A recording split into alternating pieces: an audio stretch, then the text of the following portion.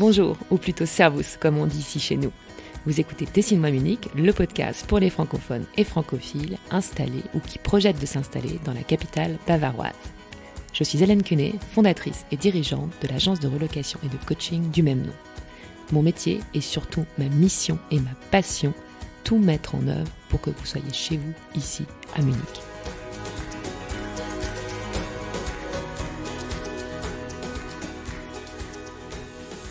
Aujourd'hui, je suis particulièrement heureuse de vous présenter ma nouvelle invitée, Marie Bockstaller, la fondatrice de Modern Bakery. Pourquoi cet enthousiasme ? Cette rencontre a été à l'origine d'un véritable coup de foudre, tant pour la personne que pour son projet. Pourtant, il y a 2 mois encore, nous ne nous connaissions pas et nos chemins n'auraient très bien pu jamais se croiser. J'ai découvert Marie et son parcours hors norme en parcourant la liste des speakers d'un salon professionnel et je l'ai tout de suite contactée pour lui proposer de faire un épisode de podcast. Il se trouve que Marie est également fan de podcasts, un de nos nombreux points en commun. C'est cet échange et donc notre première rencontre que vous allez écouter aujourd'hui. Pourquoi j'ai attendu 2 mois pour la publier ? Car Marie est intervenue il y a quelques jours dans le cadre d'une soirée organisée par La Ruche, l'association des femmes francophones à Munich dont je vous ai déjà parlé. Une jolie introduction. Maintenant, pour celles qui étaient présentes mardi dernier, vous avez la version longue et pour ceux et celles qui n'ont pas eu la chance d'y participer, vous allez pouvoir découvrir le parcours de Marie et comment elle est passée des neurosciences à la pâtisserie. Il y a 2 versions, une version montée et donc plus courte et derrière la porte du 6 décembre cachée, la version uncut. Une première et l'occasion pour vous de découvrir l'envers du podcast. Cet épisode est long, certes, mais le parcours de Marie le vaut bien car il est riche, passionnant, original et courageux. On aborde également de nombreux sujets qui toucheront certainement les uns et les autres au gré de leur parcours et de leurs problématiques.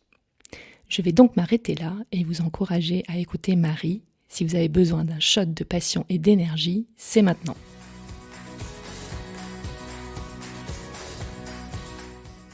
Bonjour Marie. Bonjour. Je suis super contente que tu sois là.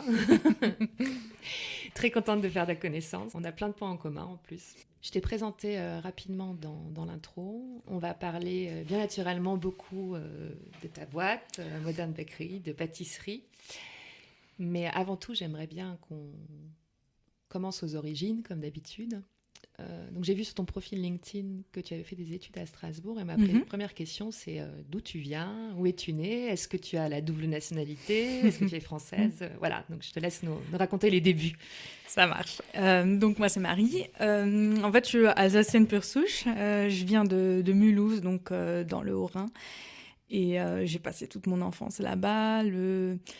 J'ai fait Abibac, du coup j'ai passé le bac français et le bac allemand en même temps. C'est un peu l'avantage d'être en Alsace, on a l'opportunité d'apprendre l'allemand assez tôt.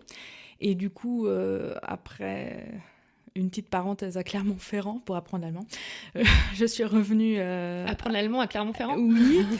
Tu peux nous expliquer ? Oui, donc en fait j'ai passé un bac S, et par contre c'était pas vraiment le meilleur... Enfin j'étais pas du tout sûre de ce que je voulais faire. Tout ce qui était sûr, c'est que j'avais vraiment une grande passion pour l'allemand, pour la littérature allemande, et que du coup, je me suis dit, OK, des études franco-allemandes, ce serait peut-être la bonne chose à faire. Et il y avait ce parcours-là à Clermont-Ferrand. Et excuse-moi, je t'interromps. Donc, Ouais. tu dis que tu passes un bac S, mais Ouais. parce que, comme j'imagine comme moi, parce qu'on dit si t'es bonne partout, même si t'aimes bien la littérature, fais un bac S, tu pourras faire la littérature après. C'est exactement ça. Vraiment, t'as tout compris. Un autre point commun. C'était exactement ça. J'étais très, très bonne à l'école et du coup, t'as pas vraiment le choix. Enfin, c'est vraiment... j'ai jamais eu l'impression de pouvoir choisir autre chose. Et du coup, j'ai passé ce bac S. Et puis, là-bas, tout le monde me voyait plutôt en prépa et tout. Mais finalement, là, c'est le moment où j'ai dit non, pas pour moi. Et j'ai vraiment eu besoin aussi de cette distance géographique.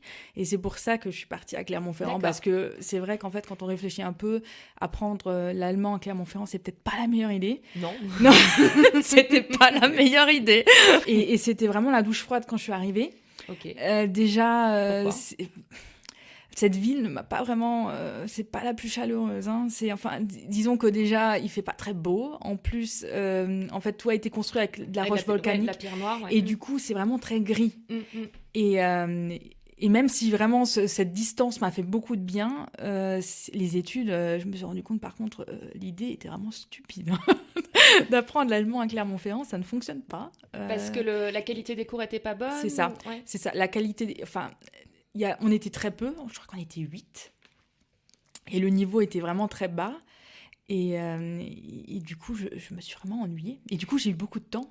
Ouais, parce que toi, tu étais complètement bilingue déjà à ce moment-là. Enfin, ça, je peux pas le dire, non. Parce qu'en fait, même si tu fais la BIBAC, que tu as vraiment beaucoup plus d'allemand que les autres, ça reste le système français.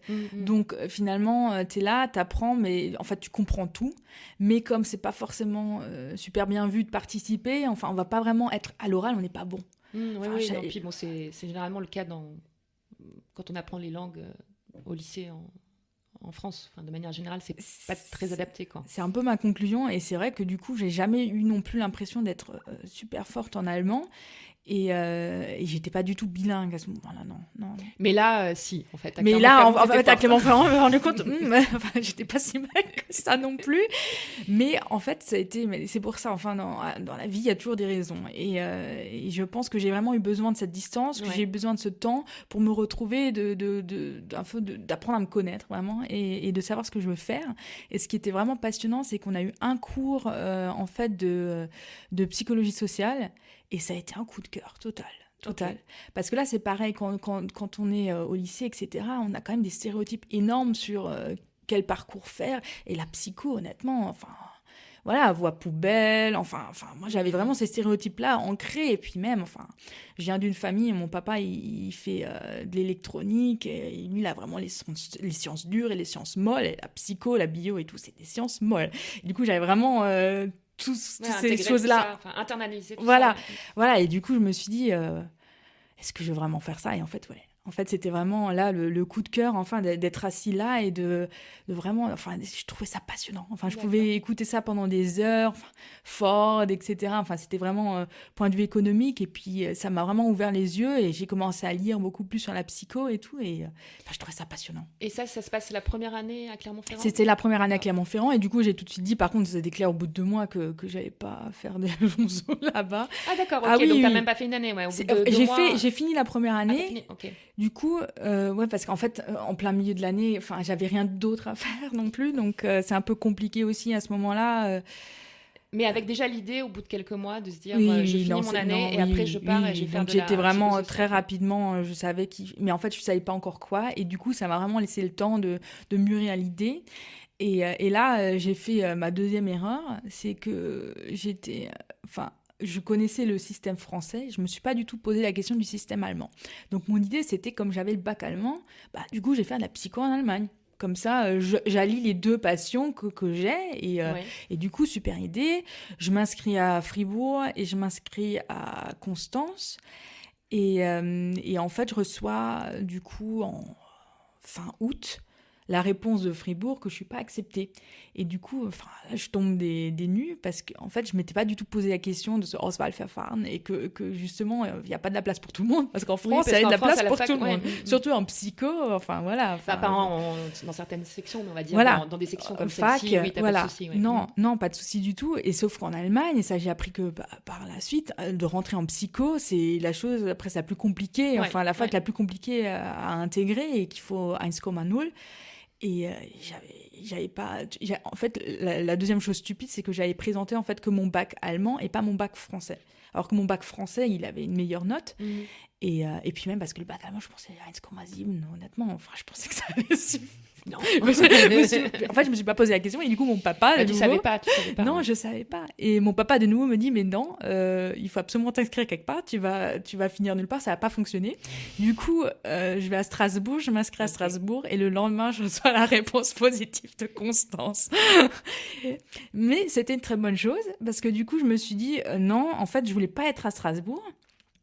Je voulais vraiment partir. Je voulais être dans un milieu... germanophone et tout. Et j'avais déjà à l'époque cet amour invétéré pour Vienne. Vraiment, ça a toujours été cette ville a été un coup de cœur. Je l'ai visité, on était en échange quand j'étais au lycée. Et puis même, enfin, c'est cette culture là-bas, enfin vraiment. Et du coup, je me suis dit, je vais faire Erasmus. Et c'était une super idée parce qu'en fait, en deuxième année, il n'y a personne qui veut faire Erasmus. Donc, excuse-moi, donc tu vas quand même à Strasbourg, à l'université de Strasbourg en psycho. C'est ça, ouais. Et avec l'idée d'aller Direct. en Erasmus. Mais en fait, la première semaine, j'ai fait une la demande. première semaine, Non, je suis pas partie, mais en fait, les process pour faire cette demande, ça dure un moment. D'accord. Du coup, directement, la première semaine de cours, je vais au bureau Erasmus. J'ai dit, écoutez, je vais faire un échange en deuxième année. Et du coup, ils m'ont dit, ouais, en deuxième année, ça va être cool parce qu'en fait, il y a personne qui veut partir en deuxième année.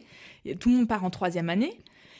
Et du coup, c'était simple. Et vraiment, et du coup, c'est ça, c'est vraiment ce parcours-là, toutes ces années-là, de devoir rentrer à Strasbourg. En fait, pour moi, c'était finalement les bonnes décisions parce que ça m'a donné l'opportunité de partir à Vienne, vraiment. Et donc là, l'échange dure 1 an Erasmus ? Un an. J'ai fait 1 an d'Erasmus en deuxième année et ça a été absolument génial parce que là, tu te rends aussi vraiment compte des stéréotypes énormes sur la psycho en France par rapport à d'autres pays. Parce que donc, Vienne, c'est la ville de Freud. Du coup, je m'attendais à être beaucoup plus confrontée à la psychanalyse que je l'étais à Strasbourg. Alors que pas du tout. Donc, mais au bout d'1 an, oui, que se passe-t-il ? Tu rentres à Strasbourg, Alors, je rentre à Strasbourg. Et là, c'était compliqué le retour. Parce qu'en plus, j'avais rencontré mon ex-copain qui était aussi Erasmus, mais allemand, à Vienne. Donc, en fait, j'étais beaucoup dans un cercle à Vienne, en fait, avec beaucoup d'Allemands qui font Erasmus à Vienne, me demandent pas pourquoi. Oui, mais bon, c'était quand même ton objectif. T'as dit, c'était mais du coup, la psychologie et l'Allemagne. Donc, voilà, c'était focus. Mais du coup, c'était bien parce qu'en fait, il y avait quand même beaucoup d'Erasmus français, mais j'ai vraiment été très conséquente dans le fait que non, je ne veux pas être avec des Français, je veux être avec des Autrichiens, je veux être avec des Allemands. Et du coup, mon cercle, mon réseau là-bas était complètement que allemand. Et du coup, mon ex venait de Munich et donc, on a eu cette relation à distance pendant quelques mois. Et du coup, j'étais à Strasbourg, mais je n'étais pas à Strasbourg. Enfin, j'étais vraiment... dans ma tête, j'étais déjà partie. Et j'ai juste fini la licence. Et dans le master, je me suis tout de suite dit, OK, il me faut quelque chose où je peux repartir. Et donc là, tu pars où faire ton stage ? Donc, en fait, je pars à Munich. Et première fois alors Munich ? Non, pas du tout. En fait, du coup, à Vienne, je rencontre mon ex qui faisait ses études d'architecture à Munich. D'accord. Et du coup, déjà à l'époque, donc quand j'étais encore à Strasbourg, je fais beaucoup d'allers-retours Munich-Strasbourg. Et c'est là où aussi je découvre la ville que je trouvais au début pas aussi jolie que Vienne, mais que finalement il y a quand même des points communs finalement. Donc oui, mais après c'est vrai que c'est pas la même chose. Et donc en fait ça fonctionne pas vraiment avec cette personne, mais j'avais déjà pris la décision à l'époque de faire un stage au Max Planck à Vienne pendant l'été. Et à Munich. À Munich. Mais là, tu vas pour Max Planck ou aussi parce que la ville, tu la trouves sympa ? Non, en fait, à la base, j'y vais parce qu'il est là-bas. Donc c'était un peu ça, l'élément déclencheur. Et puis finalement, avant que j'arrive, ça capote. Mais je me dis, par contre, c'est un stage au Max Planck. Enfin, non, voilà quoi. Proportion gardée, Max Planck, c'est super. Voilà. Et du coup, je me suis dit, non, je peux pas passer à côté. Hein. Du coup, je vais là-bas. Là-bas, c'était pour 1 mois, je crois. Oui, c'était ça, 1 mois. Et finalement, donc c'était à Martinsried. Et on est logé directement sur place. Donc je suis logée au Max Planck. Ce qui est pas forcément... Enfin, c'est pas le centre de Munich. Mais du coup, c'est nouveau un peu... Mais je dis, tu te retrouves peut-être avec à nouveau ton ambiance cocon entre chercheurs. Mais c'est un peu ça. Et surtout avec beaucoup d'autres aussi. Internationaux. Il y avait une fille en particulier, Chinette, qui venait d'Irlande et avec elle ça a aussi tout de suite bien fonctionné. Du coup on sortait beaucoup, on profitait vraiment de l'été à Munich qui est quand même une période absolument géniale et du coup on sort beaucoup à Tolwood et tout et c'est à Tolwood que je rencontre mon mari en fait actuel et donc c'est ça qui fait aussi que je décide de rester à Munich et qui fait que j'ai fait aussi mon long stage d'1 an à Munich, en fait. Et alors, à Max Planck, j'ai vu aussi sur ton profil LinkedIn que tu fais la LMO à un moment donné. C'est après, ça. comment ça se C'est passe, ça. ouais. Donc, en fait, là, je finis mon master, qui était donc Max Planck, et j'étais au Zentrum für Neuropathologie und Prionforschung. Ça, c'était déjà la LMU. Donc, ça, c'est ma deuxième année de master. Et donc, c'était de la recherche au niveau, en fait, d'une tumeur cérébrale, mais au niveau d'un modèle chez la souris. Et ensuite, par contre, c'est vrai que je me suis dit, ok, modèle souris, j'ai vraiment eu du mal, c'était pas trop mon truc. Et du coup, je suis retournée un peu au modèle où j'étais déjà au Max Planck, la mouche, donc la drosophile. Et donc, tu expérimentes directement sur les animaux? Oui. Ou oui, okay. Oui, en fait, t'explores en fait les réseaux cérébraux, etc. Donc là, à la base, sur la souris, c'était vraiment une tumeur. Donc en fait, les souris avaient des tumeurs et t'essayais en fait de développer des traitements. Donc elles recevaient des traitements et ensuite tu regardais en fait si les cellules tumorales, au niveau de l'architecture, etc., elles sont différentes. Et donc tu pouvais compter, en fait, je comptais des cellules beaucoup. Enfin, je regardais. Oui. J'aime bien quand tu dis ça. Non, mais c'était pas. Non, mais ça doit être passionnant quand même. Non.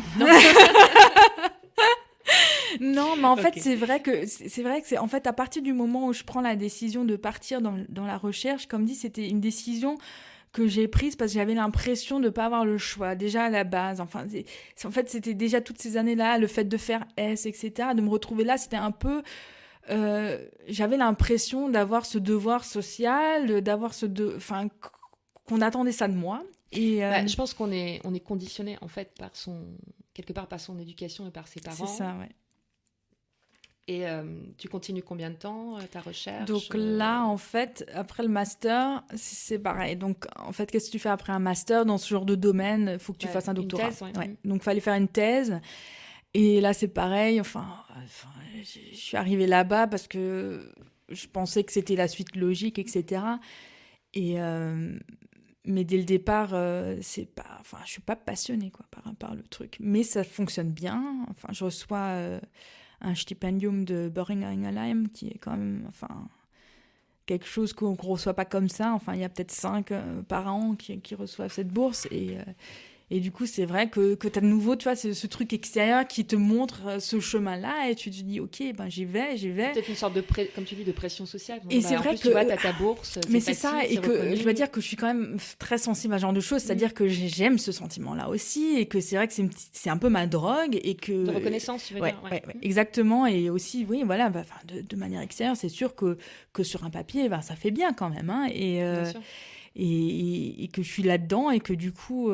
C'est le syndrome de la bonne élève. Ouais, mais c'était ça. Mais en fait, ça a été vraiment une longue histoire, ce syndrome-là.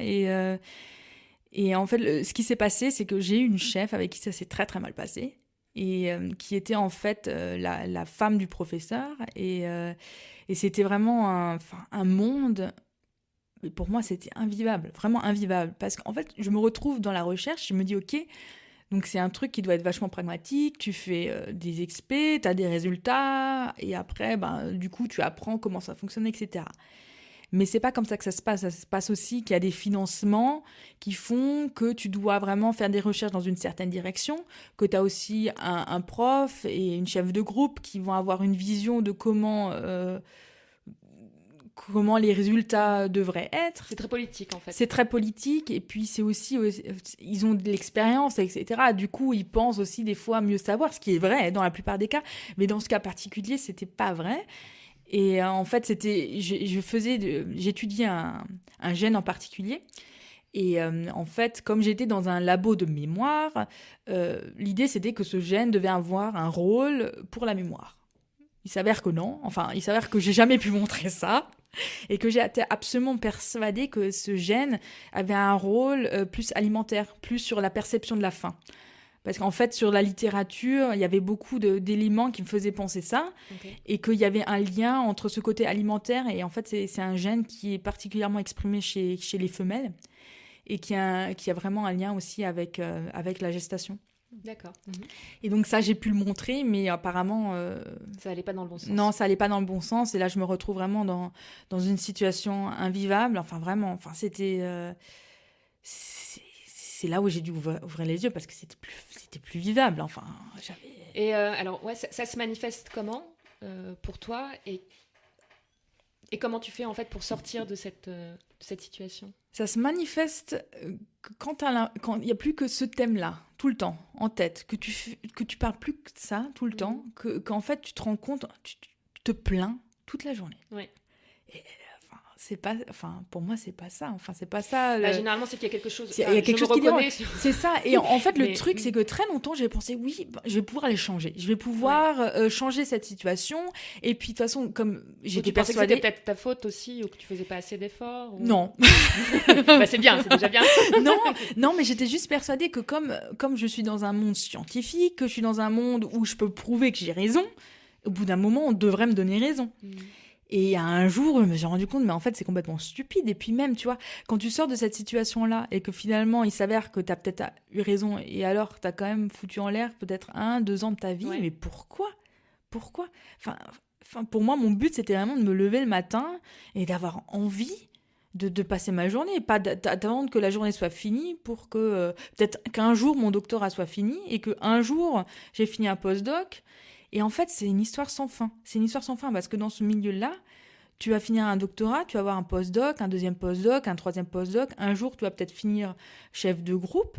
Mais en fait, si le chemin te procure aucun plaisir, bah arrête. Parce que c'est une histoire sans fin. T'es jamais arrivé. Et c'était vraiment ce sentiment-là de devoir arriver quelque part. Et en fait, non, c'est pas ça le but. Le but, c'est que le chemin soit plein de plaisir. Et qu'au quotidien, tu sois heureux. En fait, c'est ça le but. Et t'as un déclic un jour ou ça se passe, comment ça se passe? Je pense que c'est quand même, c'est vraiment, ça prend du temps. Je me suis aussi fait aider, vraiment. Je suis allée voir, il y a beaucoup d'aide pour les doctorants parce que malheureusement, c'est quand même très courant, ce genre de problème. C'est un moment quand même de vie qui est assez stressant, etc. Et du coup, la fac propose vraiment de l'aide, de l'aide psychologique. En fait, je crois qu'elle était psychothérapeute, mais en gros, le truc que j'avais besoin, c'était de parler à quelqu'un qui écoute. Et vraiment, je me souviens vraiment, je suis un jour... Objectif et avec la distance. Et avec la distance. Qui dit pas la même chose. Et elle était quand même... Enfin, ce que j'aimais bien dans ce qu'elle faisait, c'est qu'elle était vraiment aussi très pragmatique. Moi, j'ai besoin vraiment de ce côté un peu scientifique, effectivement. Et en fait, on avait un tableau marqué noir sur blanc. Et puis, c'est là où vraiment j'ai le déclic de... Je vais pas changer ma chef. Enfin, c'est moi qui dois changer. Ou c'est moi qui change de situation. Je change de cadre. Et du coup, le problème disparaît. Mais sinon, il n'y a pas de solution. Et du coup, vraiment, je suis là et j'ai ces clics-là et je dis « Ah ouais, mais en fait, il faut que j'arrête. » Et j'ai arrêté du jour au lendemain. En fait, je suis arrivée vraiment un matin, je leur ai dit « Écoutez, j'arrête. » Mais tu te rappelles comment tu prends la décision? C'est vraiment ce moment-là où je suis chez elle, où j'ai vraiment ce tableau-là et je me dis « Mais en fait, arrête. » Et c'est vrai que j'ai toujours eu la chance d'avoir un partenaire qui m'a toujours soutenue dans mes décisions et qui a été intimement persuadé que j'allais trouver autre chose d'eux, parce qu'à ce moment-là, j'ai pas de plan. Hein. Enfin, j'ai vraiment pas de plan de sortie. Hein. Ouais, alors attends, donc je reviens, donc t'as cette consultation là, avec cette personne, et donc t'arrives le lendemain matin, tu sais déjà, ou si tu prends la décision le matin, tu te dis, je pars, tu te rappelles de comment ça se passe? En fait, il fallait juste que je prépare un peu mon coup quand même, parce qu'en fait, j'étais boursière. Oui. Donc, j'avais pas de contrat avec la fac où je faisais ma thèse, vraiment. J'étais payée par quelqu'un d'autre. Hein. Du coup, j'ai pas de frist, hein, j'ai pas de délai pour partir. Donc, je savais pertinemment qu'il fallait juste que j'écrive un papier et pour la bourse. Et en fait, en l'espace d'une heure, je suis dehors, du coup. Et tu te sens comment à ce moment-là? Soulagée? T'as peur? Ça s'est vraiment bien passé, en fait. Enfin, des fois, on a des peurs un peu sur ce genre de choses, mais finalement, ça se passe jamais aussi mal qu'on a l'impression. Et finalement, il n'y a pas eu de crise de nerfs de ma chef ou quoi que ce soit. Au contraire, je pense que pour elle... Ouais, c'était un peu... Rigole, hein, non, mais non, c'était un peu ça. Et je pense que de toute manière, je pense qu'elle a été soulagée. Et je pense que c'était un bien pour tout le monde, finalement. Vraiment. Enfin, cette situation, elle n'aurait pas bien fini, de toute manière. Donc, finalement, je leur ai juste dit, d'abord à mon professeur, parce qu'elle n'était pas là. Et il a juste dit, OK, il faut que tu lui dises à elle personnellement aussi. Je dis, bah oui, il n'y a pas de souci. Et du coup, après la pause de midi, je lui ai dit, et j'avais déjà emballé mes affaires, et je suis partie 10 minutes après, quoi. Et je suis jamais revenue. Oui, oui. Mais alors voilà, tu rentres chez toi et Ah là, oui, je rentre chez moi. comment tu te sens? Qu'est-ce qui se passe? Comment tu envisages la suite? Il me faut un job, hein, parce que à l'époque, j'habitais sur la Leopoldstrasse. Du coup, fallait quand même payer le loyer. Et le loyer était déjà cher. Et le loyer était déjà cher et j'avais quand même une très, très, très, très bonne bourse. Hein. C'est-à-dire que le seul truc qui aurait pu me freiner dans cette histoire, c'est vraiment le fait, l'aspect économique. Hein. Et il s'avère que j'ai eu beaucoup de chance. J'avais à l'époque un magasin près de chez moi qui s'appelait Coros, qui est en fait un magasin d'alimentation, mais un peu différent. C'est-à-dire que tu achètes par recette et pas, tu n'achètes pas une pomme comme ça, tu achètes une recette où il y a une pomme, où tu as ton riz, etc. Et tout est portionné exactement dans la mesure que tu as besoin pour cuisiner cette recette. Encore ? Oui. Ok. Oui, ça existe encore. Plus autant. Ça me fait penser au box, sinon. C'est ça, c'est comme HelloFresh. La recette, ouais, voilà, ok. Mais on peut couper. Sinon, il faut citer 2 autres concurrents. Coraos, c'est mieux. Voilà. Et c'est Mini quoi, c'est ça en plus? Non, ça vient de Berlin. C'est une start-up berlinoise. En fait, c'était un projet d'étude de celui qui a créé la boîte. Et en fait, à l'époque, à Munich, ils ouvraient des franchises. Donc, il y avait déjà la filiale où j'habitais, dans la Hohenzollernstraße, et ils voulaient ouvrir une filiale à Heidhausen, près de la Hausbahnhof. Et donc, en fait, c'était un franchisé qui avait déjà une filiale à Regensburg, mais qui voulait absolument venir à Munich. Et en fait, ça a été vraiment un coup de cœur professionnel. Mais vraiment, enfin, il m'a appelé. Et là, directement, c'était, je pense, pour nous deux, le gros déclic. Mais parce que c'est toi qui as vu l'annonce. J'ai juste vu, voilà, il y avait une annonce sur le site de Coros qu'ils cherchaient un team manager à l'époque pour l'ouverture de la nouvelle filiale.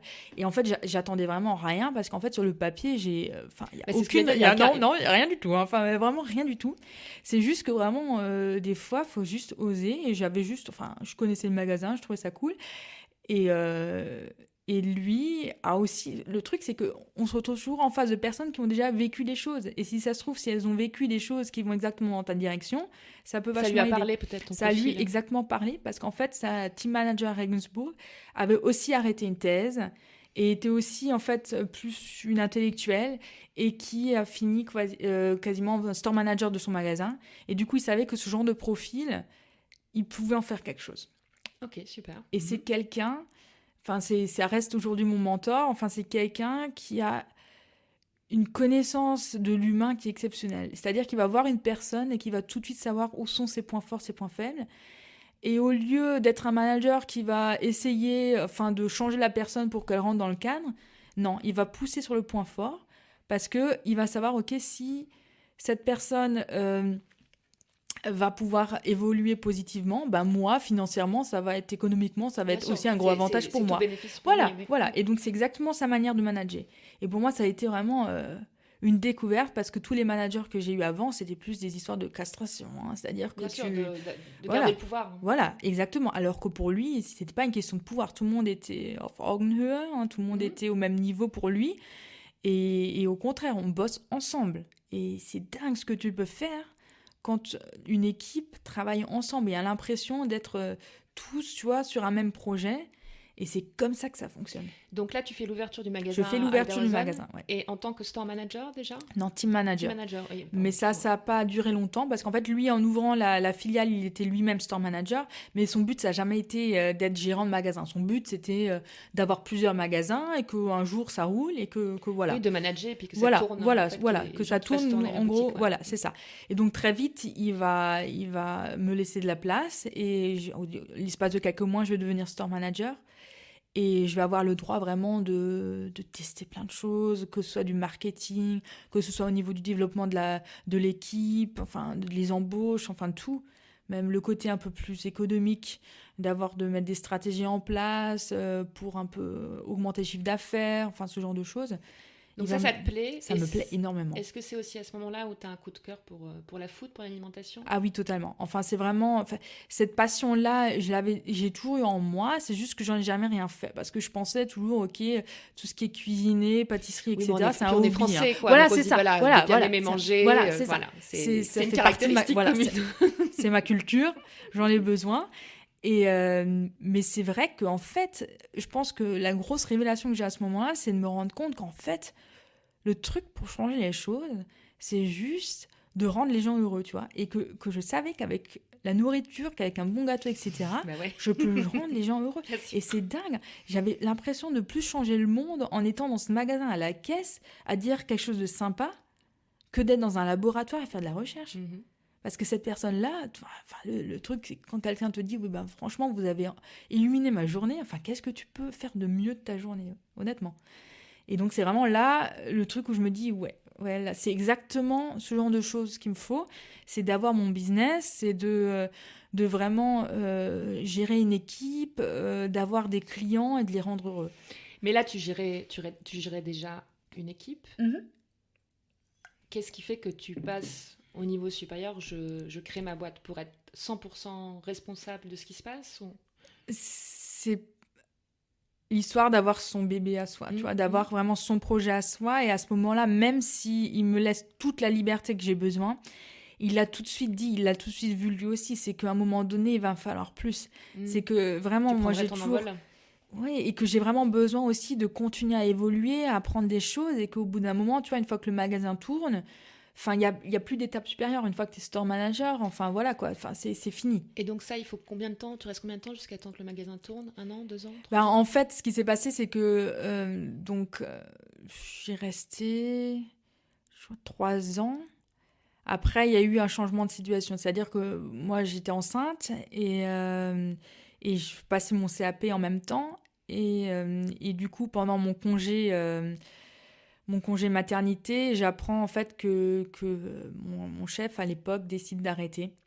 Donc il était franchisé, mais le magasin Regensburg n'avait pas trop bien fonctionné et du coup il avait déjà fermé là-bas. Donc il sort. Et donc il sort et en fait il sort toujours d'une manière très intelligente, c'est-à-dire que c'est le seul franchisé de toute l'histoire de Coros qui arrive à revendre son magasin correctement à Berlin. Donc en fait le magasin existe encore et il appartient à Berlin et plus à un franchisé. Donc en fait il est réintégré au groupe.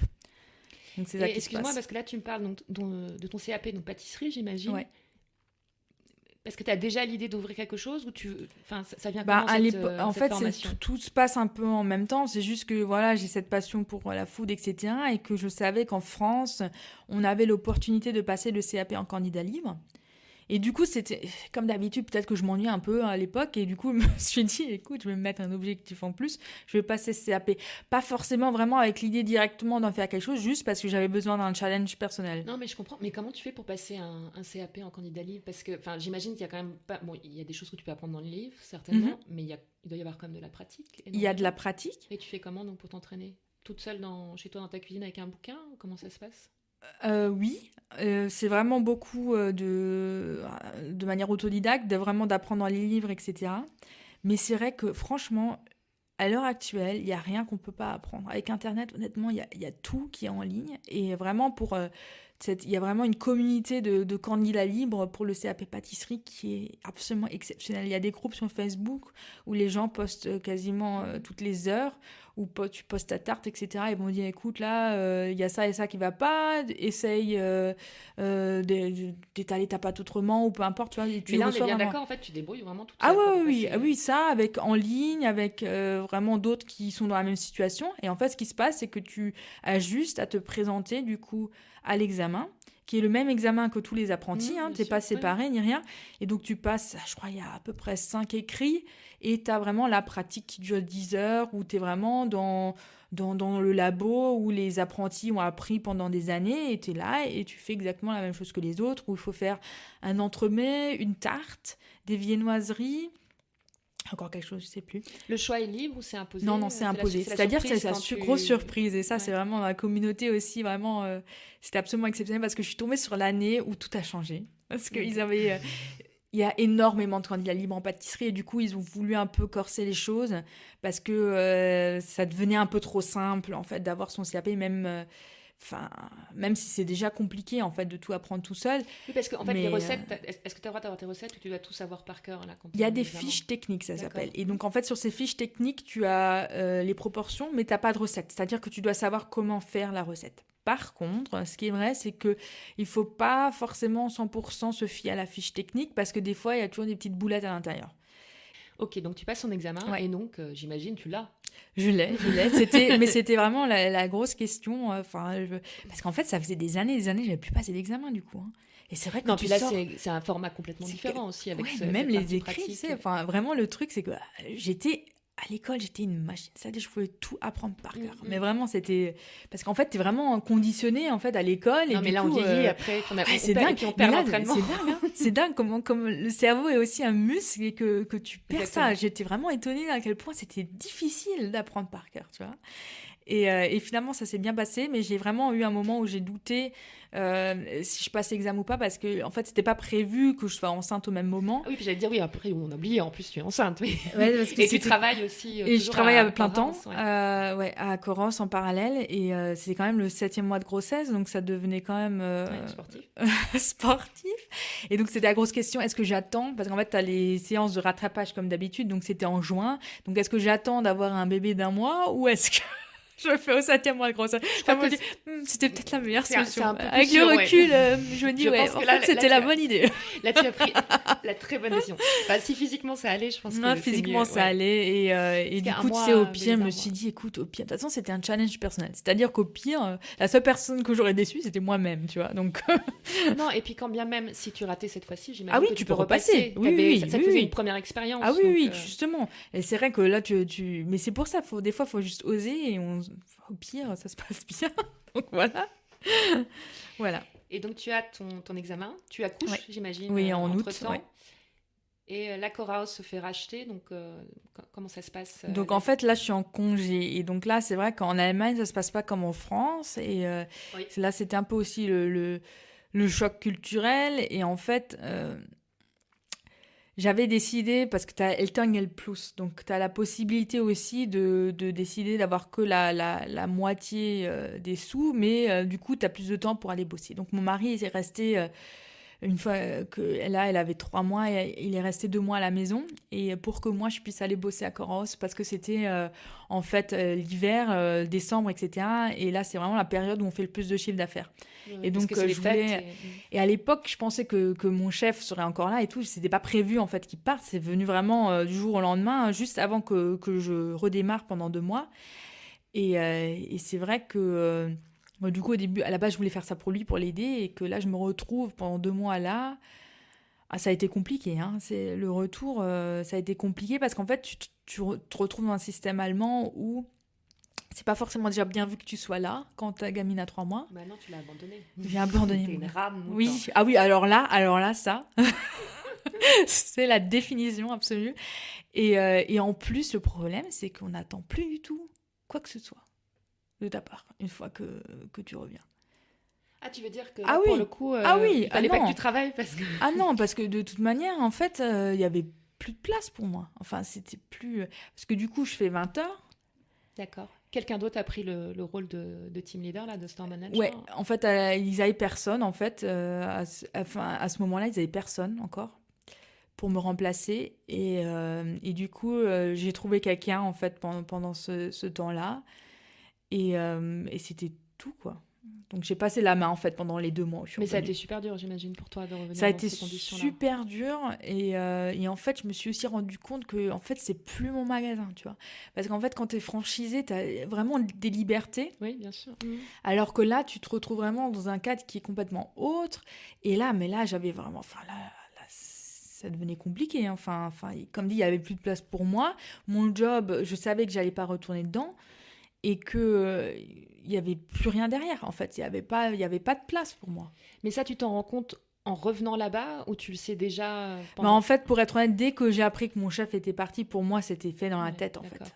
C'était le déclic qu'en fait, il n'y a plus rien... Déjà, je pense que je voulais déjà partir avant, Mais c'est vrai que pour lui, enfin, je voulais pas le mettre dans cette situation-là. Mais vu que lui, il était parti, du coup, j'avais plus rien vraiment qui m'accrochait, en fait. Et pourquoi tu retournes? Pour faire la transition, justement? Pour que les faire choses la se passent bien, transition, ou... et puis bon, après, comme dit, c'était pas prévu qu'il parte à la base. Et même une fois que mon congé a été terminé, en fait, je suis restée encore... puis même là, j'ai encore quelques heures par semaine D'accord. où je suis là, parce qu'en fait, pour être honnête, quand tu te mets à ton compte, ça tourne pas tout de suite. Hein, Non. donc, il faut aussi... J'ai une fille à la maison, enfin, enfin, t'as des responsabilités à avoir, et du coup, il faut que l'aspect économique, ça tourne quand même. Et du coup, quelques heures par semaine, aider, enfin... D'accord. Donc j'ai vu que tu crées ta société, la Modern Bakery, en juin 2018. Ouais. Donc plusieurs questions. Donc là, tu retournes après ton congé maternité à Corehouse. Tu as fait ta formation de CAP pâtissier. Tu avais déjà l'idée de ce que tu allais faire avec cette formation? Non. Ou comment ça te vient en fait l'idée de créer ton entreprise? En fait, ça se développe sur le fait, ok, je savais qu'il me faut un produit français parce que je veux quelque chose où je vais être vraiment authentique dans ce que je fais et je veux un produit qui est ici rare ou inconnu. Parce que je veux aussi transporter le message de ce que représente en fait la pâtisserie française. Hein, parce que le truc, c'est que c'est pas que bon, c'est aussi un peu toute notre culture, c'est un peu tout ce qui est transporté. Hein. Il y a beaucoup plus de sentiments. Enfin, moi, je me souviens encore des samedis matins où on allait à la boulangerie chercher le goûter. Enfin, c'était vraiment le highlight de la semaine. Enfin, et tout ça. En fait, c'est tout ça ce que je voulais. Je voulais un produit qui me permette ça. Donc à la base, je pensais peut-être des croissants parce que la question des croissants, c'est la tradition. c'est ça. Et puis même à Munich, trouve un bon croissant, quoi. C'est un peu la galère. Hein. C'est compliqué. Non, à l'époque, du coup, j'ai un peu fait études de marché et tout. Je suis allée voir toutes les boulangeries françaises qu'il y a à Munich. Et là, c'est aussi un peu la douche froide, hein, parce que... Et en plus, tu vois, chose que je savais pas, j'avais participé l'année dernière à une émission, là, Das perfekte Dinner, et il y avait un des candidats, en fait, il était responsable de Deli France. Oui. Et en fait, Deli France, les gens savent pas, mais ils vendent la pâtisserie et la boulangerie française à plein de boîtes. Tous. Et contrairement à la France, ce que je savais pas, c'est que quand tu es, par exemple, boulanger, pâtissier ici, t'es pas obligé, par exemple, de cuire ton propre pain ou de faire les choses. Tu peux juste réchauffer. Oui. Et en fait, il m'a dit, je peux te dire les noms, je vais pas les citer, mais qu'à une ou deux exceptions près, dans Munich, tout est du congelé et qui vient de chez eux ou d'ailleurs. Bah, c'est 100% vrai. Il y en a effectivement, je crois, 2. C'est ça. Et il y en a un que je veux citer parce que c'est absolument génial, c'est Claude et Julien. Eux, ils font tout. Et sinon, c'est une rareté, hein, vraiment. Ok, donc tu fais l'étude de marché et donc le croissant, compliqué, c'est ça? Le croissant, ça devient très compliqué. Je me rends compte aussi qu'au niveau de l'investissement qu'il allait falloir, parce qu'il faut du matériel, hein, il faut pour la pousse, etc. Et même le beurre. La question du beurre est très compliquée. De trouver, tu veux dire, du bon beurre ici? Ouais. De trouver du bon beurre, d'avoir un bon fournisseur. Et parce qu'en fait, le truc, c'est qu'il faut quand même que le prix d'un croissant, enfin, c'est quand même très connu en Allemagne, le croissant. C'est-à-dire que tu en trouves. C'est-à-dire que les gens ont quand même une idée de combien tu vas payer pour le croissant. Donc, tu peux pas vendre ça, tu veux dire un prix fou, parce qu'il va y avoir la barrière, une barrière. C'est exactement ça mon problème. Et du coup, je me dis, ok, donc il y a beaucoup, beaucoup de limites à ce produit-là. Et du coup, je passe assez rapidement à la madeleine. Parce que la madeleine, c'est un produit qui en Allemagne est quasiment inconnu. La seule qu'on connaît, c'est celle du supermarché dans la boîte de 12. Plein de produits conservateurs absolument délicieux. Et sinon, en plus, ils connaissent pas toute l'histoire. Et c'est vrai que moi, je trouve que c'est une histoire absolument géniale. Et pour moi, c'est vraiment un produit qui incarne vraiment la France. Oui, et puis c'est ce que tu disais, j'ai écouté ton intervention là sur YouTube au Unternehmerin-Tag. Est-ce que tu disais, c'est la Madeleine de Proust, donc en fait ça transporte vraiment tous tes souvenirs. C'est pas juste la tradition, la France, c'est ton enfance et tes souvenirs à toi. Hein. C'est ça. Donc la Madeleine. La Madeleine, voilà. Et donc... Et en fait, quand tu crées une entreprise, c'est vraiment un process. C'est-à-dire que je savais quelles seraient les grosses limites à Munich. C'est-à-dire que je savais pertinemment qu'il serait quasiment impossible d'ouvrir un café ici. et de rentabiliser. En termes de prix, oui. En termes de prix. Du coup, est-ce que comme j'avais quand même un magasin, etc., je savais exactement où ça allait pêcher. C'est-à-dire que déjà de trouver un endroit bien placé, il y a quasiment rien. Et si oui, c'est un tarif, mais c'est absolument infaisable. En plus, après, il te faut du personnel. Parce que le café, il faut quand même qu'il soit ouvert quasiment tous les jours. Sinon, surtout au début, sinon c'est très compliqué. Sûr, ouais. Et il faut quand même des horaires. Enfin, si tu as un café un peu boulangerie, etc., il faut que ce soit ouvert super tôt. Et les gens, ils ont aussi envie, après le boulot, d'aller chercher peut-être encore le pain pour le soir ou peu importe. Enfin, il y a quand même, même si je voulais pas aller dans le thème boulangerie, il y a quand même ces attentes-là qui font que, en fait, t'arrêtes plus, quoi. Et que surtout, je voulais avoir aussi l'opportunité de tester mon idée avant de me lancer à 100%. Parce que ça, c'est vraiment le conseil que j'ai, d'essayer vraiment de faire la part des choses, d'essayer au début de faire peut-être un mi-temps, de tester l'idée, et une fois qu'on voit que ça fonctionne, et ben là, on met tout sur... Ouais, voilà. Et donc, comment tu construis ton projet étape par étape ? Première question, et c'est peut-être lié, est-ce que tu chemines toute seule ou est-ce que tu te fais aider à un moment donné, je ne sais pas, par des organisations, par quelqu'un tu peux nous en dire un petit peu plus ? Alors, il y a vraiment à Munich énormément d'aide par rapport à la création de l'entreprise. Tu peux aller à la Handwerkskammer, à la IHK, et il y a aussi beaucoup de coachs qui sont là aussi pour aider à faire le business plan, etc.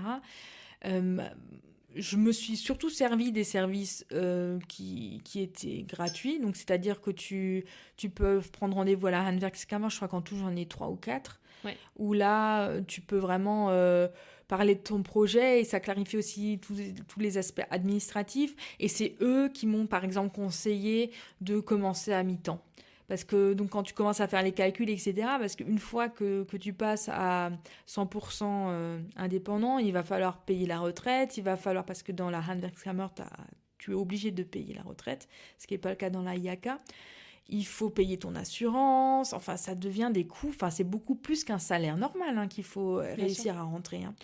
Plus tes coûts, enfin dans mon cas, comme c'est pas du service, il y a des coûts de matériel, des coûts, enfin ça devient quand même assez énorme. Et du coup, c'est eux qui ont dit Nebenjob, et enfin quasi Nebenerwerb. Et donc j'ai suivi ce conseil-là. Et après, il y a eu une grosse barrière, c'est le fait que le CAP n'est pas reconnu en Allemagne. Donc en fait, mon diplôme n'a pas du tout été reconnu. Donc ça a été vraiment la douche froide. Donc tu as été obligée de repasser quelque chose ici ? En fait, en Allemagne, le problème, c'est que tu as cette Meisterpflicht. Ce qui est, sur le papier, en fait, c'est quand même une très bonne idée de vouloir protéger son artisanat et de protéger les artisans qui ont fait des années d'études et qui, du coup, ont un peu vraiment, comment on appelle ça, l'exclusivité sur le marché. En France, avec un CAP, tu peux ouvrir un café, tu peux faire de la pâtisserie, il n'y a pas de souci. Mais en Allemagne, tu n'as absolument pas le droit de pâtisser si tu n'as pas de Meister. Okay. Et donc, en fait, tu peux faire cette demande. Chez moi, ça a été refusé 3 fois. Et finalement, au bout d'un moment, à force de les appeler, de les énerver, je suis tombée sur quelqu'un d'autre au téléphone et au bout d'1 minute, c'était réglé. Okay. Des fois, faut juste avoir de la chance, c'est aussi ça. Mais encore une fois, je pense qu'aussi le fait que tu aies la langue, par exemple, ça aide beaucoup, parce que je pense que si tu dois faire les démarches en français ou même en anglais, je pense que ça passe pas à ce niveau-là. Il s'avère que depuis, il y a beaucoup de Français qui m'écrivent, qui veulent justement, qui ont un parcours similaire, ont fait un CAP et ont exactement le même problème. Donc c'est un problème très courant. Et donc je pense que faut juste, si on a le CAP, honnêtement, on a normalement assez dans la poche. Faut juste un peu les énerver et au bout d'un moment ça passe. Donc t'obtiens la reconnaissance là pour exercer en Allemagne. Et donc l'étape suivante, ça se fait en même temps, tu fais déjà des recettes, comment ? Disons qu'en parallèle, vraiment, j'ai complètement développé le produit. Donc j'ai fait plein de recettes de madeleine. J'ai du coup après développé ma recette. Et aussi, tu bosses au début chez toi dans ta cuisine ou tu vas... Pour le développement des recettes, en fait, ça je fais chez moi, parce que ça c'est vraiment rien du tout. Après, il faut savoir que tu n'as pas le droit de pâtisser chez toi. Donc, il faut absolument que tu trouves un labo où tu peux produire. Et donc, ça, c'est un peu aussi très, très compliqué à Munich. Il y en a très, très peu. Parce qu'il y en a peu. Ouais, il y en a peu et ça coûte aussi, du coup, cher. Il y a vraiment dans le sud de Munich, quelqu'un qui est vraiment spécialisé, qui a fait un labo comme ça. Parce que ce problème, c'est pas que pour ceux qui font de la pâtisserie, c'est aussi pour tous ceux qui ont des food trucks, qui sont aussi obligés de produire dans une cuisine pro. Ils n'ont pas le droit de produire dans des cuisines qui sont pas... Mais je crois que même pour les traiteurs aussi, tu es obligé C'est ça, d'avoir oui, une voilà. cuisine, Tout ça, voilà. Donc, tous ceux-là qui démarrent, ils ont cette problématique-là. Et donc, il y a une seule personne dans le sud de Munich qui propose ce genre de choses, mais du coup, elle est surbookée, c'est-à-dire que je pense qu'il y a à peu près 3 ans de liste d'attente. D'accord, parce qu'en fait, ça se passe comment? Tu loues un spot régulier, c'est ça? Et tu payes, je sais pas, à l'heure ou à la demi-journée? Exactement. Okay. Et donc, sinon, il faut chercher. Il y a des pâtissiers, des boulangers, il y a des cantines. Parce qu'il y a peut-être des gens, justement, qui ont une cuisine professionnelle et qui peuvent la prêter, oui.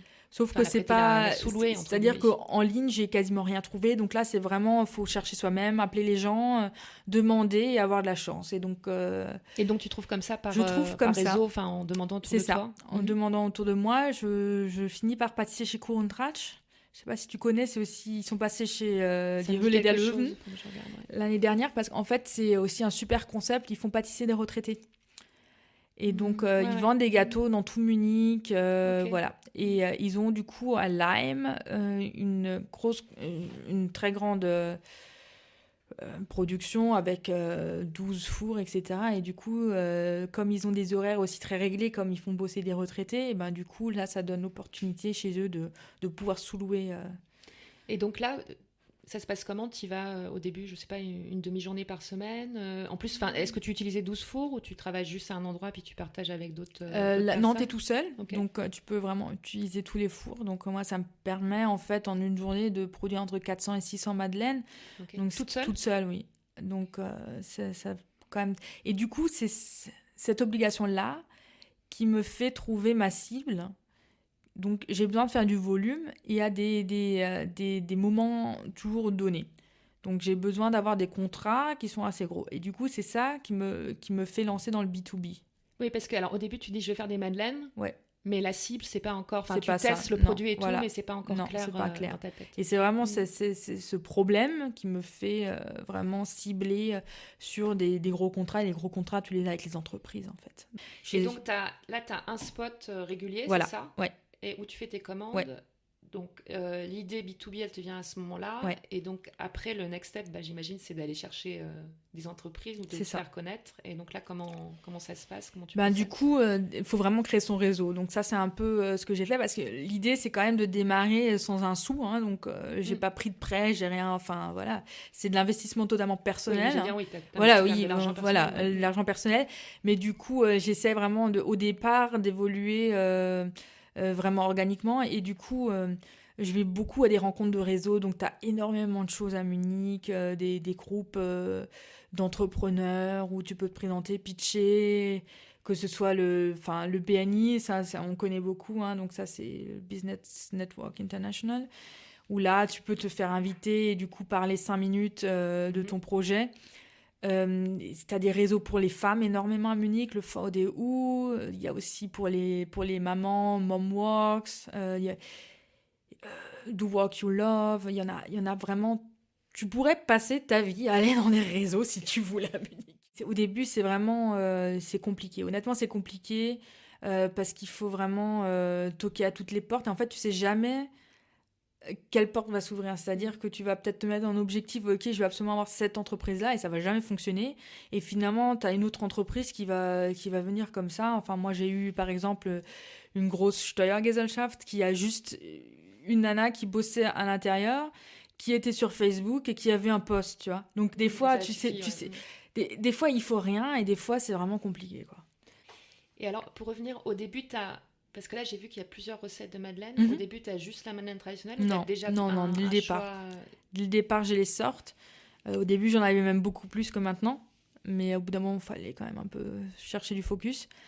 Et donc, j'en fais toujours maintenant 5. Donc, 4 qui changent et une traditionnelle, en gros. La traditionnelle, elle a un goût particulier, ou c'est la madeleine, on va dire, telle qu'on la connaît telle qu'on la connaît, c'est soit citron ou vanille. Et du coup, moi, je fais orange.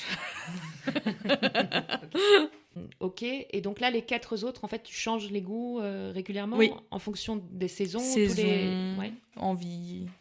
Tu peux nous dire, par exemple, qu'est-ce que tu as en ce moment? En ce moment, j'ai citron pavot, j'ai lavande, j'ai noix de coco et menthe chocolat.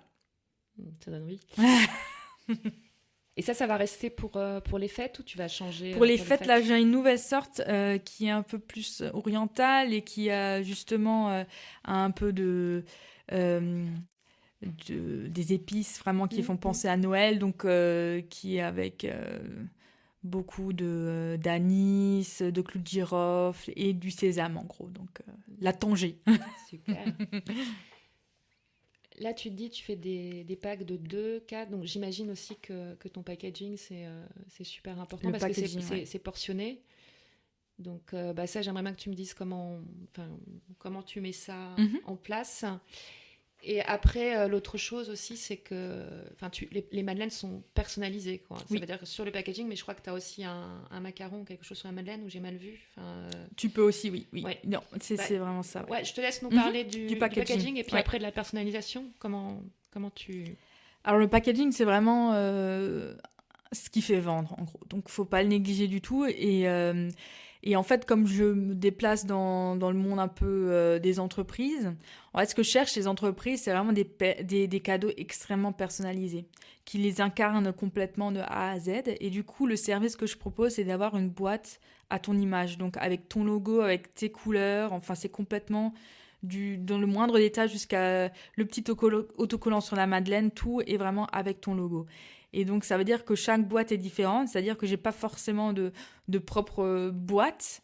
C'est vraiment, chaque client reçoit son produit à lui. Et c'est pour ça que je suis plus pour les entreprises que pour le privé, parce que le privé, il a moins besoin de cette individualisation à 100%.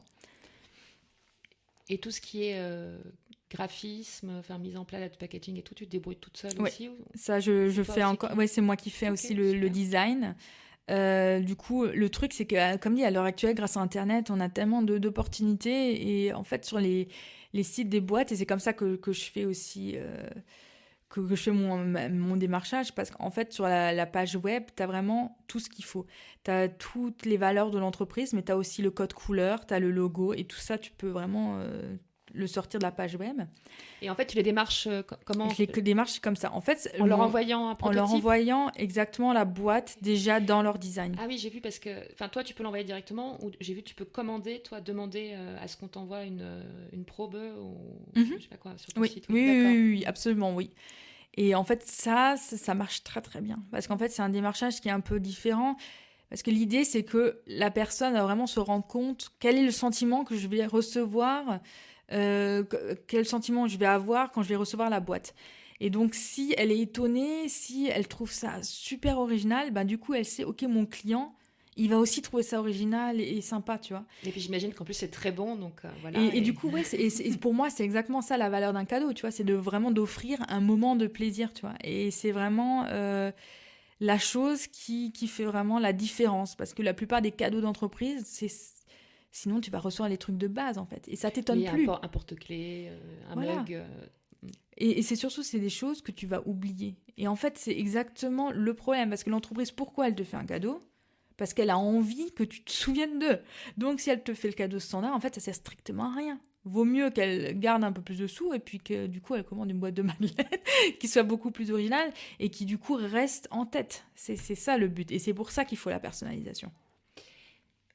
Au final, là, quand je réfléchis à tout ce que tu m'as dit, à ton parcours, tes études de psychologie et de neurosciences, elles t'ont peut-être aussi aidé justement à très bien comprendre ton client. C'est exactement ça. Et c'est un peu comme ça que je fais aussi ma com.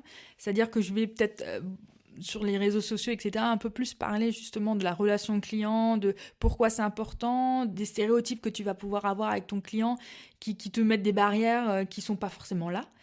Et du coup, que tu comprennes mieux pourquoi c'est important de faire, si tu veux faire un cadeau, que ce soit plus réfléchi que juste de commander à droite à gauche un truc vite fait et qui n'a aucune influence. Donc c'est exactement grâce à la psycho que je peux faire une com qui est un peu plus ciblée sur les entreprises. Et le truc, c'est, on revient vraiment aussi au problème du fait qu'on a tellement de stéréotypes aussi sur ce que devrait être l'artisan, tu vois, au début, vraiment, j'ai eu ce stéréotype-là, je suis la petite française qui fait des madeleines, tu vois. Et du coup, t'es vraiment mis dans une mini-boîte Et c'est ça aussi qui m'a fait réagir, dire non, en fait, le projet, il est beaucoup plus gros que ça. En fait, c'est vraiment quelque chose qui va révolutionner le monde du cadeau d'entreprise et qui peut-être pourra aussi révolutionner l'artisanat, tu vois. Donc, on peut changer la dimension. On n'est pas obligé de rester ancré dans ces petites boîtes où on nous met dedans, quoi.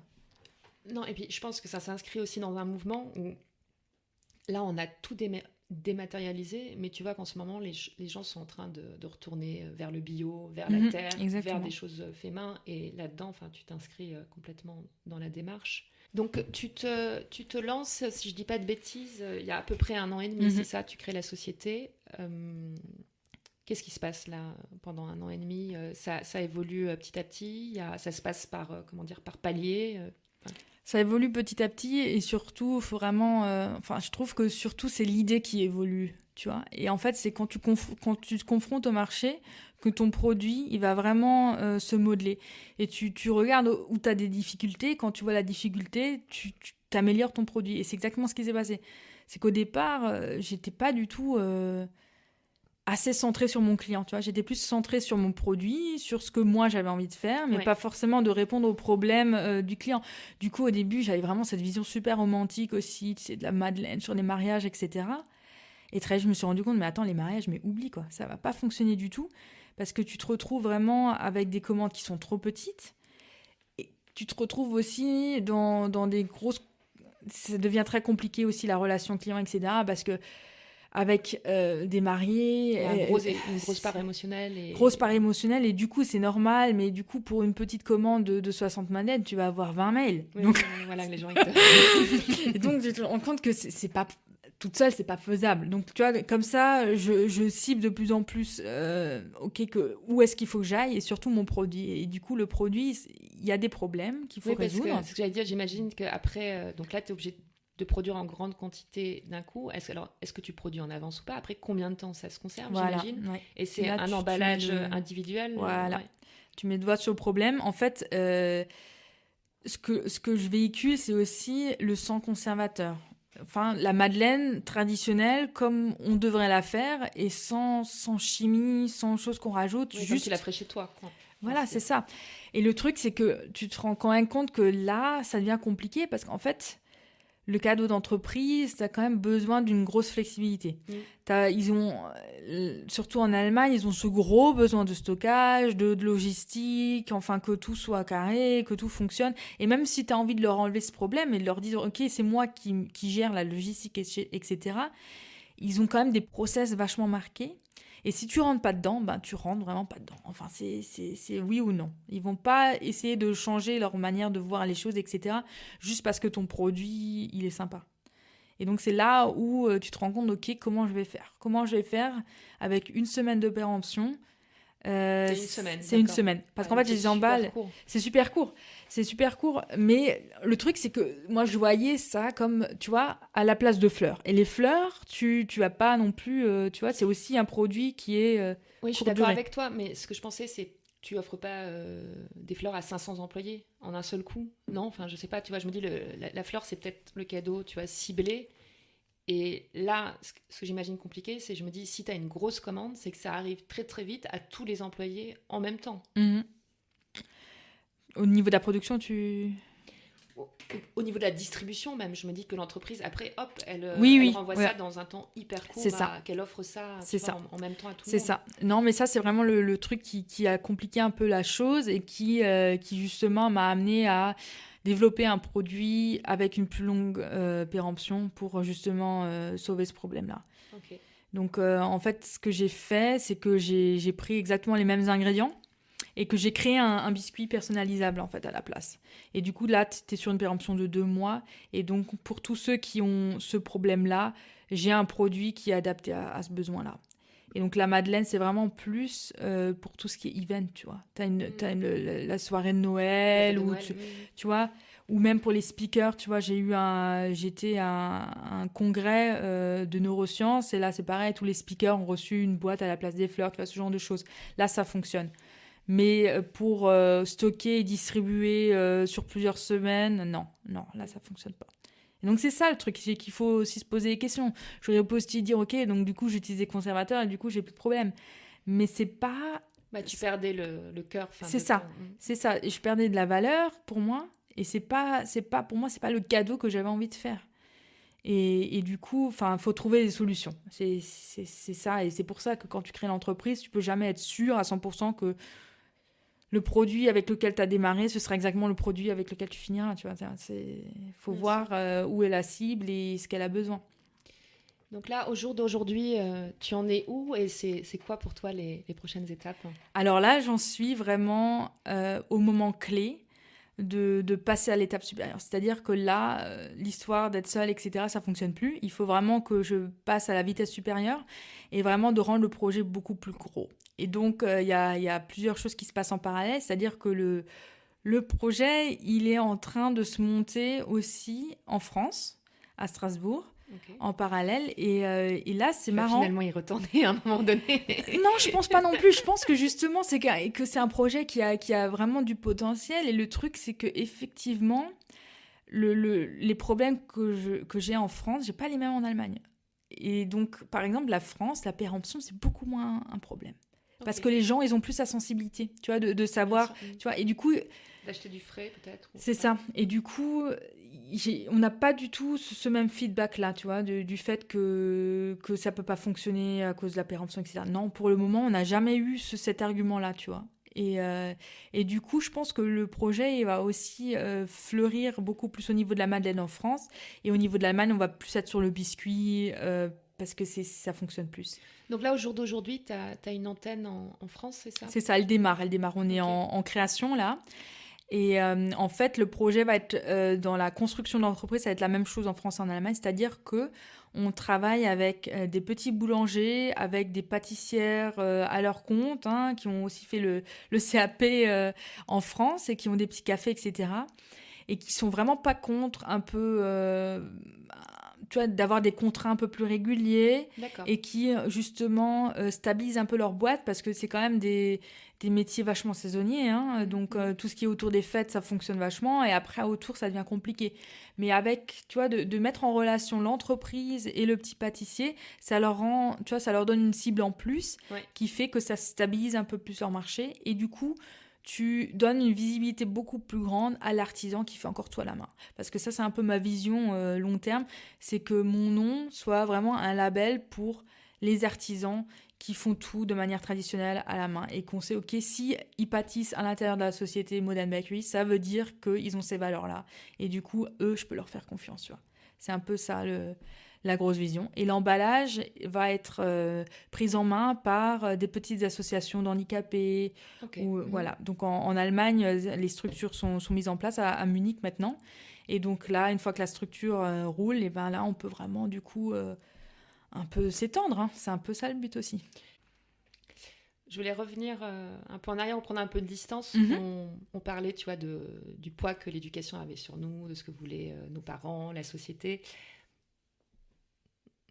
Maintenant, avec le recul, tu dirais que est-ce que tu es complètement affranchie de ça ? Et puis la deuxième chose, comment tes parents, par exemple, ont réagi quand tu leur as dit je vais faire des madeleines ? En fait, le truc, il faut aussi prendre un peu de recul. Et je suis tellement contente d'avoir eu le parcours que j'ai eu parce que je pense pas que je serais à ce point-là aujourd'hui, tu vois, si j'avais fait autrement. Je suis vraiment contente d'avoir ce parcours-là parce que justement, ça m'a permis d'évoluer et aussi d'avoir cette dimension en plus, tu vois, que j'aurais peut-être pas eu si j'avais pas vécu ce que j'ai vécu. Donc, je pense que j'ai eu cette reconnaissance. Et en fait, mes parents, ils m'ont vraiment mis dans ce parcours-là parce que pour eux, c'était de me donner plus de chance, tu vois. Bien sûr, mais ça, Et je pense que c'était ouais, et en fait sur le coup ils ont été étonnés, mais en fait je crois que mon papa il pourrait pas être plus fier, tu vois, et parce qu'en fait il voit que je vis de ma passion et en fait il est intimement persuadé que je vais y arriver. Et je pense que quelque part je me suis peut-être mise plus de barrières moi-même que eux m'en ont mise, tu vois, parce que t'as aussi toujours ce problème de penser que il faut absolument rester dans ce cadre-là. Mais disons que ouais, t'as des croyances limitantes, comme on appelle ça là, en coaching. Et après, le pire, c'est quand tu commences à penser à la place des autres, en fait. Et que des fois, C'est il ça, faut exactement. simplement le faire ou leur demander, et tu peux être complètement étonné de la réponse qu'on va te faire. Exactement. Et je pense que ça, c'est vraiment ma conclusion, que finalement, même si j'avais démarré plus tôt, je pense pas que j'aurais déçu mes parents ou la société. C'est juste que moi-même, j'ai pensé que il fallait que je suive ce chemin-là et que ça me...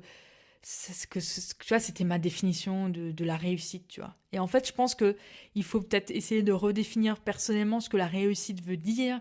Et là, du coup, tu t'ouvres à des horizons complètement différents. Est-ce que tu veux qu'on dise autre chose sur ta société, ou est-ce qu'on peut passer à des questions plus larges? La seule dernière chose que je voudrais peut-être dire, mais justement, comme je suis dans cette vague de changement, que s'il y a des gens qui s'identifient avec le projet et qui ont envie d'y participer, ben, avec grand plaisir, je vous à me contacter. Et puis, comme dit, il y a vraiment de la place pour tout le monde. Ouais, super. Et Marie donc est française et donc parle parfaitement français, donc pas de barrière de langue forcément non plus. On passe aux questions rapides. Mm-hmm. Donc là, j'étais un peu mauvaise parce que normalement, les questions rapides, je les envoie avant aux invités pour qu'ils puissent sélectionner leurs adresses. Mais tu m'as dit que tu avais écouté beaucoup de podcasts, donc tu as peut-être pu te préparer. Donc, bien naturellement, ma première question, qui normalement est toujours liée à la nourriture, et je parle de restaurant, j'ai commencé plutôt par te dire, est-ce que tu as un café préféré ici à Munich ou que tu recommandes? Parce que bon, pour être en lien avec les madeleines, tu as une jolie transition, voilà. Il y a beaucoup de cafés vraiment exceptionnels à Munich, je trouve. Hein. C'est aussi un peu... Enfin, moi, j'aime bien ça aussi, d'aller toujours à d'autres endroits. Ce que j'aime beaucoup à Heidhausen, c'est Café Minterhof, Okay. qui est assez sympa parce qu'un peu caché et c'est comme un jardin. C'est assez bien. Sinon, comme j'ai cité avant, Claude et Julien, pour ceux qui veulent avoir un peu ce feeling français. Les restaurants, un dîner en amoureux. Alors, on adore les restaurants. On pourrait sortir au restaurant. Maintenant, c'est compliqué avec Ella. Mais effectivement, on a testé beaucoup de choses. Il y a énormément de restaurants français exceptionnels à Munich, il faut dire. Si le budget le permet pour vraiment grosse fête, etc., je peux conseiller les deux, qui est un restaurant français étoilé entre Marienplatz et Odeonsplatz, et qui est absolument, enfin, la cuisine là-bas, enfin, pour moi, c'est de l'art. Enfin, c'est vraiment de l'art, ce qu'ils font. Sinon, vraiment, ce que je peux conseiller, surtout pour les Français qui veulent découvrir des nouveaux restaurants sympas, il y a un bourg qui s'appelle Taste 12. Et en fait, tu as 12 restos à l'intérieur avec... c'est un peu comme le passeport gourmand. Mm-hmm. Et donc, en fait, le truc, c'est que le deuxième plat principal est gratuit, en fait. Donc, t'en payes qu'un des deux. Et c'est vraiment toujours des restos vraiment exceptionnels. Ça, c'est bien choisi. Ouais. Ah, oui. Il n'y en a que 12, comme dit. Mais pour ça, mais je préfère ça que ceux où il y en a des centaines et des centaines et finalement, la moitié, c'est pas top. Là, tu es sûr et certain que tous ceux qui sont dedans, c'est vraiment de la super qualité. Ok, super. Et là, plus pour, on va dire, ça peut être un déjeuner aussi ou un dîner entre amis, si on veut quelque chose de moins gastronomique, plus bon marché. Alors, j'aime bien aussi tous les restos africains qu'il y a à Munich. Il y en a un qui est sympa parce que super, enfin, vraiment traditionnel, qui s'appelle De Afrique. Et là, tu vois, c'est ces grandes crêpes où tout le monde partage avec toutes les sauces dessus. Ça, je trouve ça sympa. J'aime bien découvrir d'autres cultures aussi au niveau alimentaire. Et si on veut manger, alors c'est la question, si tu as de la visite et les gens disent on veut manger local, bavarois, tu les emmènes où? Ah, ça, c'est marrant, c'était une découverte de la semaine dernière. J'ai eu de la visite et par hasard, comme c'était blindé à cause de l'Oktoberfest, on a fini à Platzl, chez Ainger, parce qu'au Hofbrauhaus, il n'y avait pas de place. Et franchement, j'étais super étonnée, c'était vraiment exceptionnel. Enfin, vraiment aussi dans l'ambiance bavaroise mais moderne, et même la cuisine, honnêtement, enfin vraiment au top. Alors, je peux vraiment conseiller ça si vous avez de la visite, pour avoir des choses traditionnelles mais de super bonne qualité. Super. Donc maintenant on passe à la nuit, un bar ou des bars, un bar sympa pour aller boire un verre. Même si maintenant je sais qu'avec les enfants oui, c'est un plus compliqué. Non, mais avant, justement, tu vois, quand tu étais en Erasmus, au Max Planck. Alors là où on allait tout le temps, maintenant c'est plus là, mais ce qui a remplacé, c'est aussi top, c'était le Corso à Glockenbach.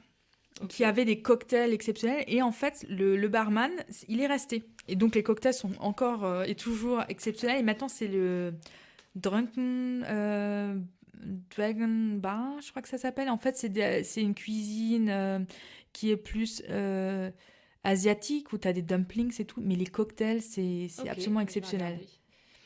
C'est Glockenbach, ça. Ouais. C'est l'ancien Corso. Okay, ouais, je vois. ouais, Oui, ouais. c'est vrai que c'est... ok, la question que je pose aussi, c'est... Donc là, on est dans Munich. Un endroit, mais là, en plus, comme toi, tu es, on va dire, là depuis longtemps, un endroit à l'extérieur, peut-être un peu original ou qu'on n'a pas encore cité dans les podcasts, tu vois. Si tu veux sortir à l'extérieur de Munich, lac, montagne, campagne, je ne sais quoi. Ferme. À l'extérieur, c'est vrai que nous, du coup, comme on est plus du côté de Starnberg maintenant, on y a aussi souvent, c'est vrai que le lac est aussi absolument exceptionnel. Et quand on a de la visite, c'est vrai que j'ai plus tendance à aller au Chiemsee, par exemple, parce que je trouve ça quand même assez sympa avec... Puis Starnberg, c'est vite quand même très, très plein. Oui, bah là, c'est clair que surtout en été, enfin, c'est vraiment... là où il y a tout le monde. Mais Chiemsee, c'est aussi super touristique, mais c'est vrai que de pouvoir faire le tour en bateau, d'aller voir le château et tout, c'est vrai que ça plaît à chaque fois. Hein. Ouais, je pense aussi. Est-ce qu'il y a des médias, ça peut être des journaux, des blogs, des réseaux sociaux que tu suis pour te tenir un peu au courant, voilà, de ce qui se passe à Munich, ou d'avoir des idées de sortie? Ah, c'est vrai que la plupart du temps, quand on veut sortir, on est plus vraiment sur München.de. Tu as vraiment toutes les Veranstaltungen, enfin toutes les sorties qu'il y a à faire, etc. Et c'est vrai qu'il y a quand même pas mal de choses. Sinon, c'est vrai que du coup, j'ai plus tendance aussi à demander à mes amis profs, parce que du coup, du magasin où j'habitais, il y a énormément de mamans, et du magasin où je travaillais, il y avait énormément de mamans, et c'est vrai qu'elles ont toujours les bons plans. Elles savent toujours ce qui se passe où, et où les enfants peuvent bien s'amuser et tout. Donc, c'est vrai que j'ai plus tendance à écouter les conseils, le bouche à oreille. C'est vrai que je lis pas tellement au quotidien. Et justement, une question que je vais te poser, un bon plan avec les enfants, pour occuper les enfants. Tu connais déjà la Räuberhöhle, elle a ouvert il y a quelques mois, et en fait c'est directement à Isatan. Et en fait s'il fait mauvais, c'est vraiment le bon plan, parce qu'en fait c'est une sorte de parc de jeux intérieur pour les enfants. Et ils ont aussi un café à l'intérieur pour les parents, et puis même des sièges de massage. Wow. Mais pour les enfants, c'est le top. Hein. Tu sais, c'est des trucs à balles, etc. Enfin, ils peuvent passer vraiment... Et sinon, parce que celui-là, il a été cité souvent, aussi le Biergarten am Wienerplatz. Au fait, la brasserie adjacente, ils ont une garderie pour enfants quasiment, je crois, tous les après-midi. Et c'est vraiment super, du coup, tu peux vraiment boire ta bière tranquillement. Et ils ont vraiment vraiment vraie garderie avec Betreuung et tout. Et c'est vraiment super. Hein. Enfin, ça, c'est vraiment le bon plan. Oui, c'est le Polana, comment il s'appelle, mais je vais regarder. Oui. Parce qu'en fait, on est allé une fois en disant on va utiliser ça, mais ils étaient en rénovation là, il y a 6 ou 8 mois. Donc tout était fermé. Mais bon. Là, c'est ouvert. C'est à nouveau ouvert, très bien. Bon plan. Quel conseil, alors on va même le faire en 2 parties. Alors, quel conseil tu pourrais donner là, à quelqu'un qui arrive en Allemagne, à Munich, pour s'intégrer, déjà dans la ville? Et puis après, je te poserai une autre question par rapport à l'entrepreneuriat. Le truc, c'est qu'il ne faut pas s'isoler. Hein. Il faut vraiment, au début, il faut vraiment un peu se faire violence, et vraiment chercher où est-ce qu'on peut rencontrer des gens. Et comme dit, je conseille vraiment pour les Français, de ces groupes de Français à l'étranger, qui ont toujours des Stammtisch où tu peux aller et tu vas rencontrer des gens. Et c'est vraiment une rencontre qui en conditionne une autre, etc. Et c'est vraiment aussi tout ce qui est événements, que ce soit les Tollwood, les choses comme ça. Enfin, pour on peut vraiment même rencontrer son mari. On peut même y rencontrer son mari. Non, mais des fois, faut sortir. Faut sortir, c'est là où vraiment tu vas rencontrer des gens, créer ton cercle d'amis. Et dès que tu as ton cercle, en fait, ça roule. Hein, c'est ça qu'il faut créer. Bien sûr, et je pense que ça change toute l'expérience. Enfin, exactement. Pour moi, il y a 2 choses. Et c'est pour ça qu'on en parlait tout à l'heure, quand je te disais pourquoi je ne veux pas... juste faire du coaching ou juste faire de la relocation, parce que je pense qu'il y a déjà un aspect où tu vis, où tu vis, ça va permettre de te rencontrer aussi des gens qui vont faire que tu te sens bien. Et puis après, tu as la dernière étape, c'est trouver ta raison de vivre. Et puis généralement, ça passe quand même par soit une activité, même s'il y a une charité ou quelque chose, soit par avoir un job qui te plaît. Et donc là, c'était ma question, oui. Alors, et ton conseil justement pour se lancer ou justement pour passer au-delà des peurs ou des angoisses limitantes qu'on a, est-ce que tu as quelque chose à partager à ce sujet? Je pense qu'il faut vraiment mettre le doigt sur quelle est la peur, tu vois, de vraiment écrire noir sur blanc de quoi tu as peur. Et une fois que tu sais ce que c'est beaucoup plus simple de trouver des solutions. C'est-à-dire que, moi, j'ai besoin de sécurité. Du coup, c'est vrai que de savoir que, au départ, je fais un mi-temps pour avoir plus ma sécurité financière, ça me rassure. Du coup, j'y vais. Faut se rassurer, c'est tout.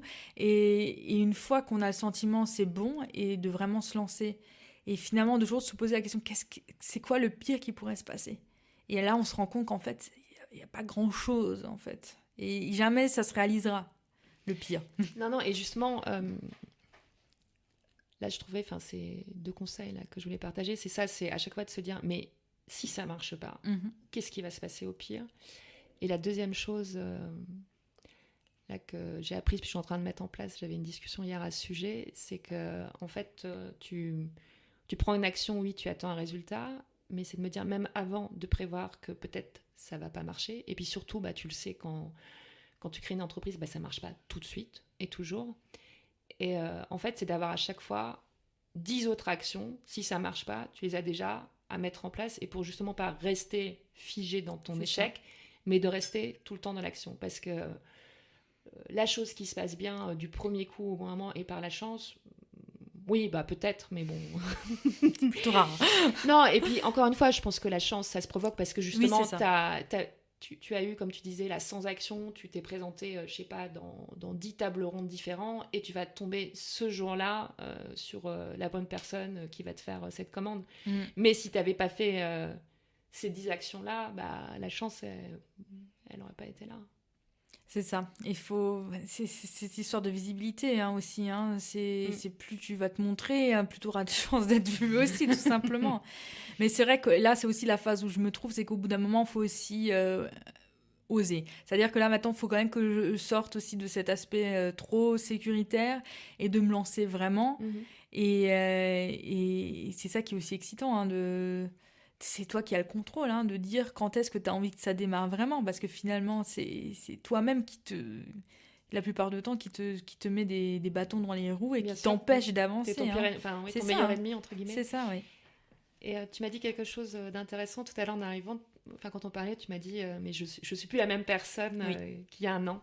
Tu peux élaborer Alors un peu. Oui, j'ai un bon exemple. Parce qu'en fait, donc justement, pour tous ceux qui veulent créer leur entreprise, il y a la IACA qui organise toujours une conférence sur plusieurs semaines qui s'appelle la Startup München. Et je me souviens, donc ça, c'était mon premier contact avec l'entrepreneuriat à l'époque. J'étais vraiment timide, tu vois. Je voulais pas trop parler et tout. Et puis même là, je m'étais un peu boostée. Je leur avais demandé si j'avais pas le droit d'emmener des madeleines pour leur dire merci, tu vois, la dernière conférence. En disant, s'ils mangent bien, au moins ils vont se rappeler de ça. Ouais, voilà, c'est ça. Et donc un peu quand même dans cet esprit-là. Donc je l'avais déjà, tu vois, cette envie et tout. Mais c'est vrai que je me souviens que j'étais presque gênée de leur demander à l'époque, tu vois. Alors que maintenant, ils m'ont demandé pour la conférence de cette année si j'avais pas envie d'être sur scène et de parler. Et puis c'est vrai que du coup je me retrouve là et j'étais sur scène. Et même après, il y en a plein qui étaient déjà là l'année dernière qui sont venus. Ils ont dit mais qu'est-ce qui s'est passé, quoi? C'est ça. Mais en fait c'est cette assurance. Et cette assurance, c'est que toi-même qui peux te la donner. En fait, il y a personne qui te rend petit. C'est toi-même qui a un peu la peur de te montrer. Mais en fait, dès que tu commences à te montrer, c'est là qu'il se passe, que les choses arrivent vraiment. Et donc c'est ça le conseil, c'est qu'il faut se faire un peu violence. C'est un apprentissage. Je veux dire, tu peux aussi t'améliorer que parce que tu le fais plusieurs fois. Tu vas pas être bon du jour au lendemain. C'est ça, et se donner des objectifs. Parce que par exemple, cette année, je m'étais mis quand même comme objectif, ok, je veux 3 fois être sur scène et présenter le projet vraiment devant une grande audience. Et c'est vrai que la première fois, c'est arrivé genre en juin, donc j'avais déjà la moitié de l'année, il s'était rien passé. Et finalement, après, ça s'enchaîne. Parce qu'une fois que tu es une fois sur scène, après, tu vas avoir moins peur de demander d'être sur une autre scène et en plus, tu as quelque chose à montrer.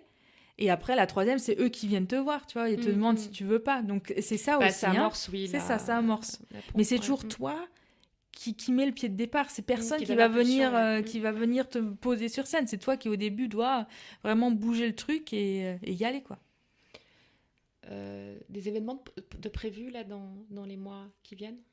Bon, j'imagine que tu vas préparer, tu vas avoir beaucoup de commandes. Ça, c'est la commande. Ça va être l'hiver, là, ça va être la commande des fêtes. Donc, c'est vrai que je me prépare plus aussi dans les structures, etc., que justement, tous ceux qui vont pâtisser avec moi et tout soient vraiment au clair sur ces choses-là.